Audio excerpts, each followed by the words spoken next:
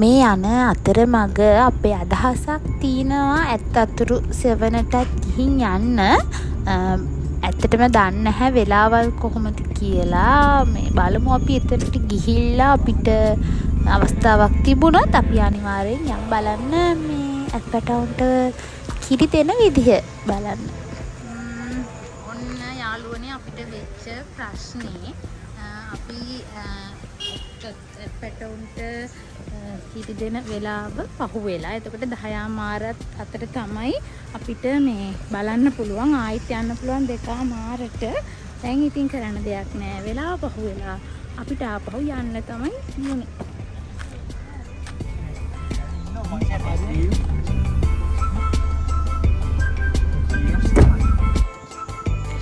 ඔන්න යාළුවනේ ඉතින් දැන් දැක්කනේ ඔයගොල්ලෝ මට වෙච්ච වැඩේ. ඔන්න අනිවාර්යෙන් අලි පැටවුන්ට කිරි දෙන වෙලාවල් මතක තියාගෙන එන්න ඕනි. ඔයාලා එනවනම් උදේ 10:00 වෙනකට බලන්න පුළුවන්. ආයි දවල්ට 2:30ට, හවස නම් හවස 6ට.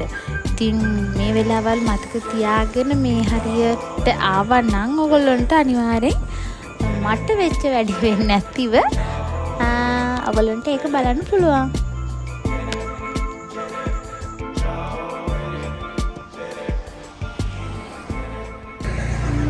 ඔන්න යාළුවනේ අපි අදහස් කරගෙන ආවේ ඔයගොල්ලන්ට ඇත්ත අතට සෙවනට ගිහිල්ලා අලි පැටවුන්ට එක්කත් පෙන්නලා ඒගොල්ලන්ට එක්ක කිරිපෝවල ඒ ටික කරන් එන්න අදහසින් තමයි තිබුණේ. ඒත් කරන්න දෙයක් නෑ. අපි එනකොට වෙලාව පහුව. අපි දැන් 11:00යි.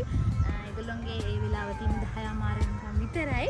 මම ඔයාලට මේ එතන ඒ වෙලාවල් ගැන කතා කරගන්න කන්ටැක්ට් කරගන්න ඉතින් ඉන්න කෙනෙක්ගේ නම්බර් එක ගත්තා. ඒ නම්බර් එක පහලින් දාන්න.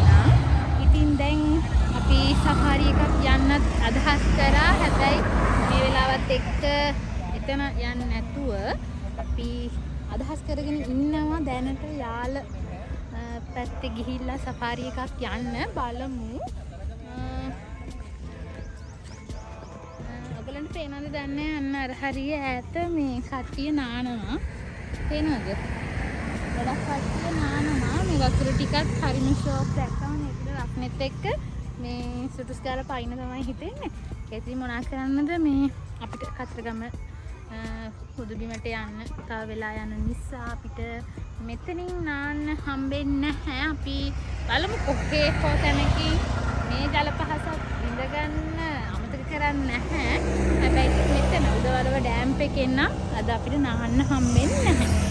බලන්න මෙතන වටි සුන්දරත්වය කොච්චරද කියලා.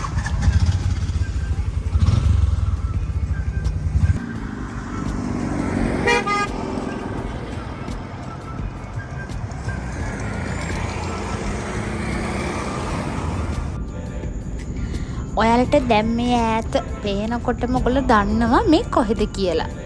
කියන්න පුළුවන්ද කට්ටියට? ඔව් පුළුවන්. මෙතන නොදන්න කෙනෙක් නැහැ. මේ තමයි උඩවලව ඩෑම් එක. ඉතින් මෙතනින් යන හැමෝම අනිවාර්යෙන් පොඩ්ඩක් නතර වෙලා මේ සුන්දරත්වය විඳින්න අමතක කරන්නේ නැහැ. ඒක කවුරු වුණත් ඒ වගේ වලට දැන් මෙතන උනත් පේනවාද කොච්චර කට්ටිය නවත්තලා තියෙනවද කියලා. යා බලන්න මාත් එක්ක.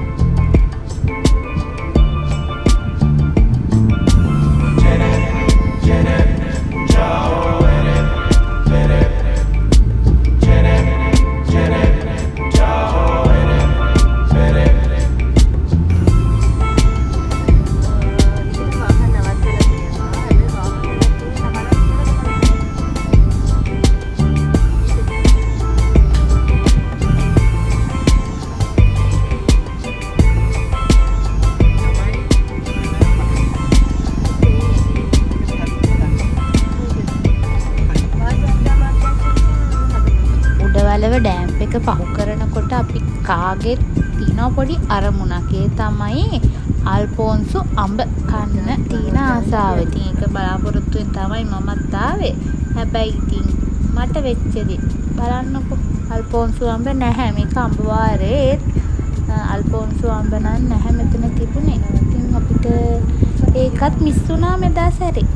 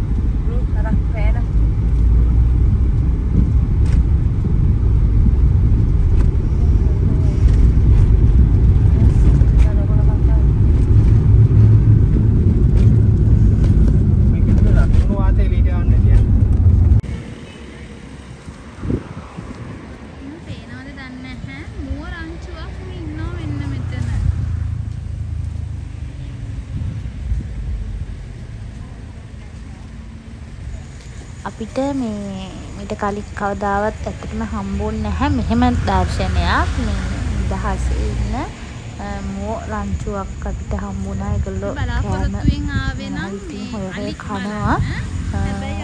කීප දෙනෙක් මේ හිටියා ලොකු මෝ. ඉතින් බලන්නකෝ ඔයගොල්ලෝත් ලස්සන කොච්චරද කියලා යාලා.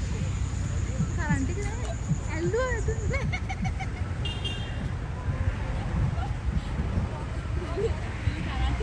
ඒ නෑ වැදුන්නේ. නෙලෙට කරන්ට් එක වැදුන්නේ නෑ.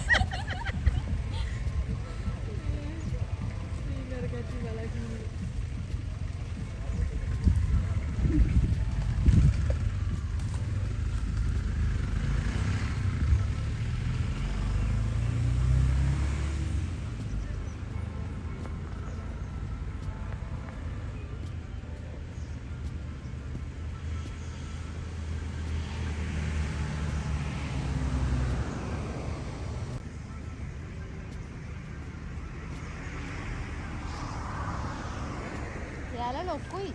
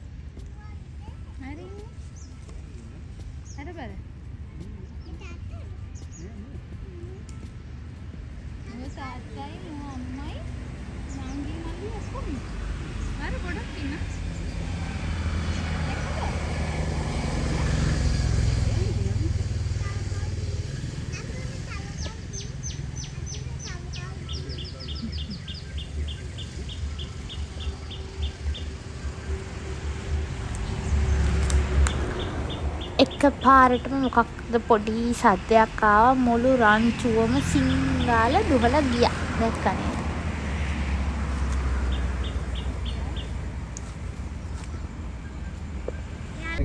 අලිය දැක්ක විතරයි.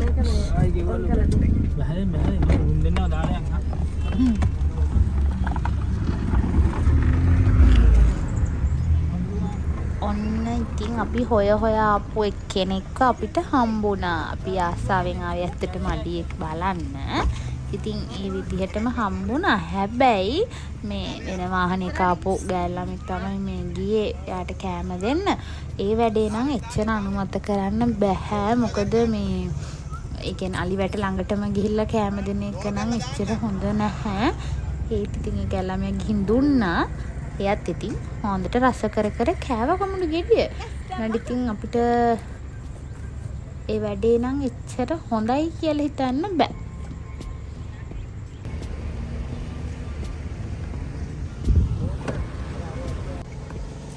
කෙසල් කීයද? 150යි.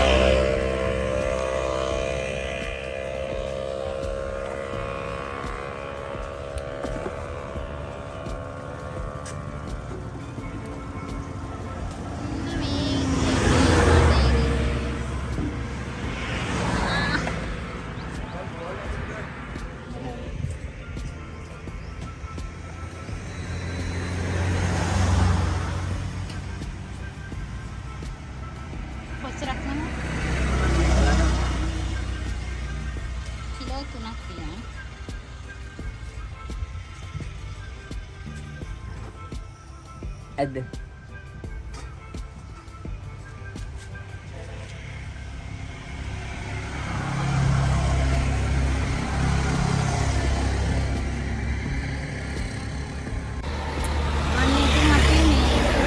පූජාවට්ටියට කෙසෙල් ගන්න ඇවැත්තුවා. මෙන්න මේ මාමගෙන් තමයි කෙසෙල් ගත්තේ.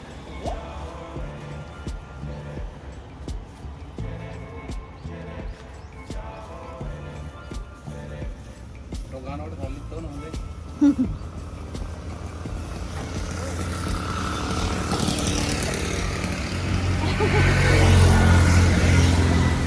ඊයකට එන. එහෙමද? ඒ මේක ගායි.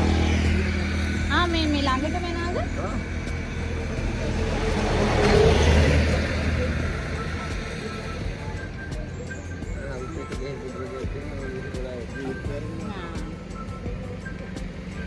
ඒතවල ළඟට එනවා. මොනවාද? අපේ කවන්නේ කියද්දි එතකොට මම අපේ දෙන්නේ. ඉතින් දැන් උඩිය දෙන්නේ. ඉති කරන්නේ. පුරුදු වෙලාද දැන්? මාමා මේ මෙතනට නැතාට මේ අතින් තමයි කෙසෙල් එහෙම දෙන්නේ. එයා පුරුදු වෙලාලු. අවසරුට දෙන්නේ.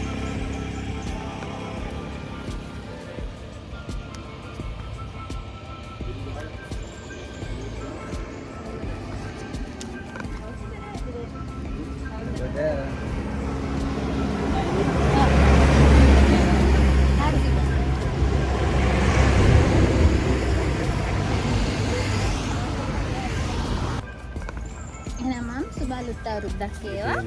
අපි ගිහින් එන්න. මේක වහිනවද කොහොමද? දැස්ස කොහොමද මේ? පහුගිය දවස් ටිකේම දැස්ස.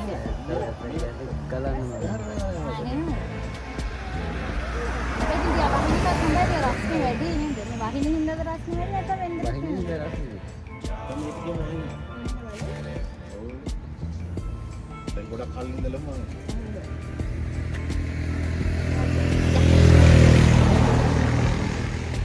අපි ගිහින් එන්න.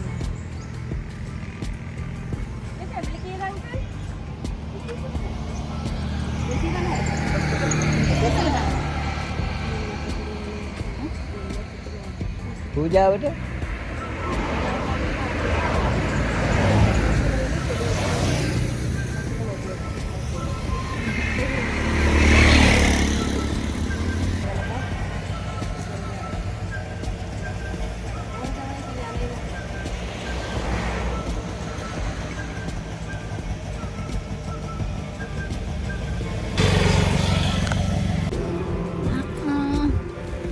පූජාවට්ටියට තව ටිකක් පළතුරු අඩුයි වර්ගෙ. ඉතින් අපි දැන් තවත් නැවැත්තුවා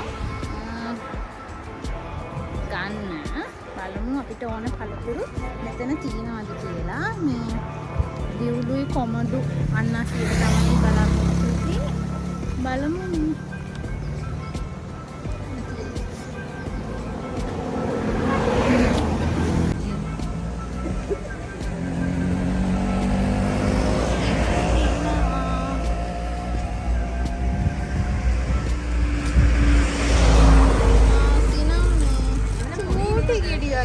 Kilometer berapa?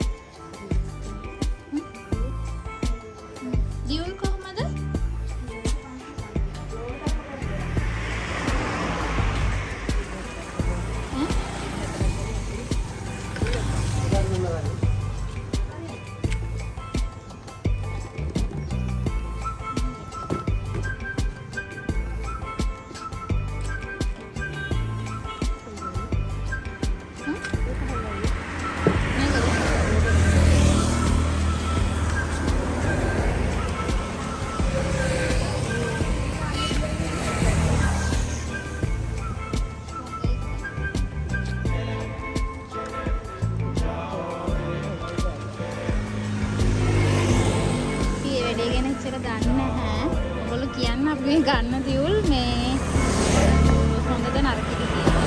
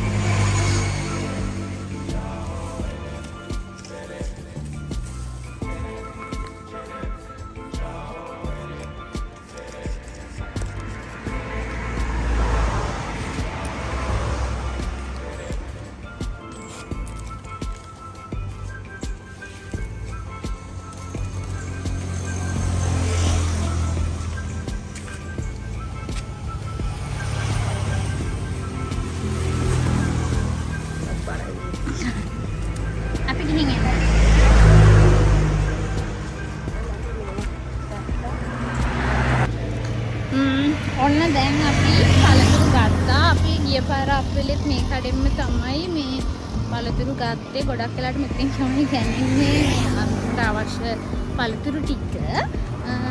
දැන් අපේ පූජාවට්ටි වල පළතුරු සම්පූර්ණයි නේ. ඔව් පළතුරු දැන්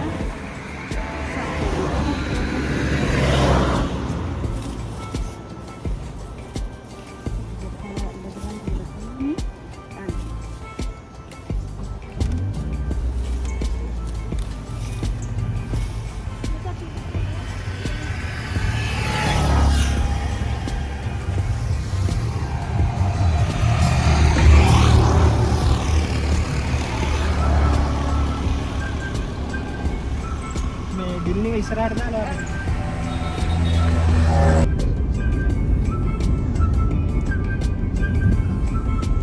පළතුරු අරන් ගෙන්න ගියා විතරයි මෙන්න මේකට ස්ථානත් මාරු වෙලා.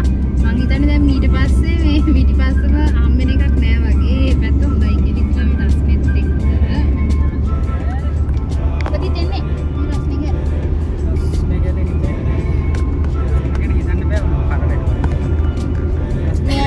කියන්න පුළුවන් කාර්යයක් ඉස්සරහට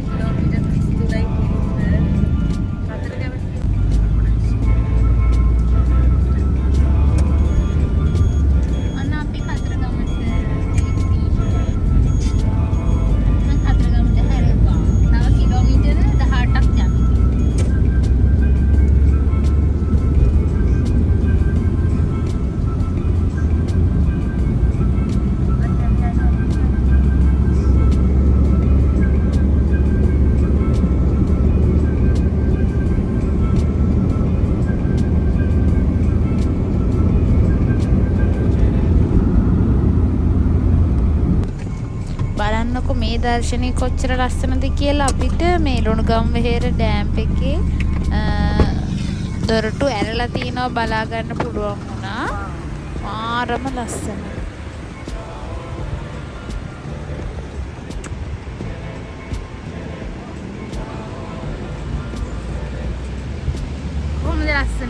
ලස්සන වනමාලියෙක් වගේ වුණ ලුණුගම්වෙහෙර ඩෑම් එක තමයි මේ වලට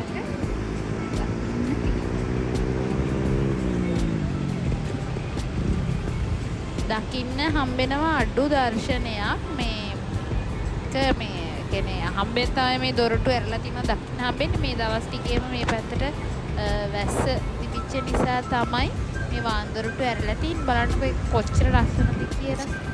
ලස්සන වනමාලියක් වගේ. මෙන්න මේක.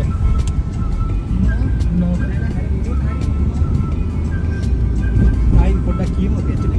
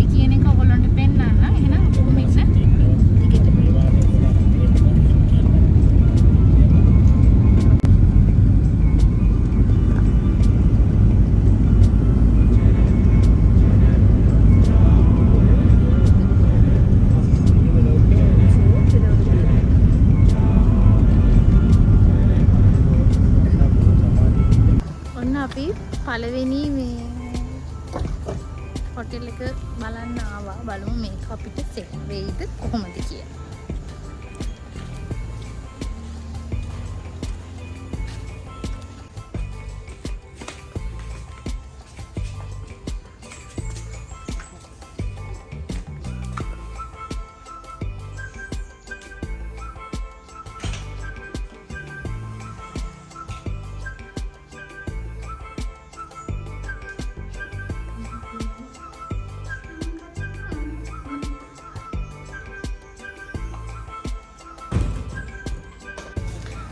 ඔන්න අද අපි කතරගමටදී නවතින තැන හොයාගත්තා. ඒ කියන්නේ අපි වෙනදා ඉන්න තැනට එහා පැත්තෙම අපාර්ට්මන්ට් එකෙන් තමයි අපි මේ පාර ඉන්න තැනත් හොරගත්තේ.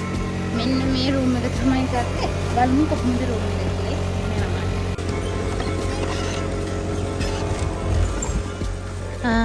ඉන්න තැනක් හොයාගන්න නැතුව නම් ඇත්තටම නරකයි. කල් තියාම ඉන්න තැනක් හොයාගෙන තමයි එන්න ඕන. අපි වෙනදට එන්නේ මේ විදිහට. මේ සැරේ මේ අර හිතන්න නැති දවසක මේ එමු කියලා හිතලා ආපු ඉන්න තමයි අපිට මෙහෙම වුනේ. හැබැයි කියන්න නම් මම මේ දැන් පළවෙනියට පෙන්නපු තැන මේ අපි ගත්තේ AC room එකක්. AC එක විනාඩි 5ට වගේ ඕෆ් වෙන්න ගත්තා. ඊට පස්සේ අපිට වෙන ඔප්ෂන් එකකට යන්න වුණා. ඊට පස්සේ අපි මට එතන වීඩියෝ එකක් ගන්න බැරි වුණා. අපි තව තැනක් බලන්න ගියා.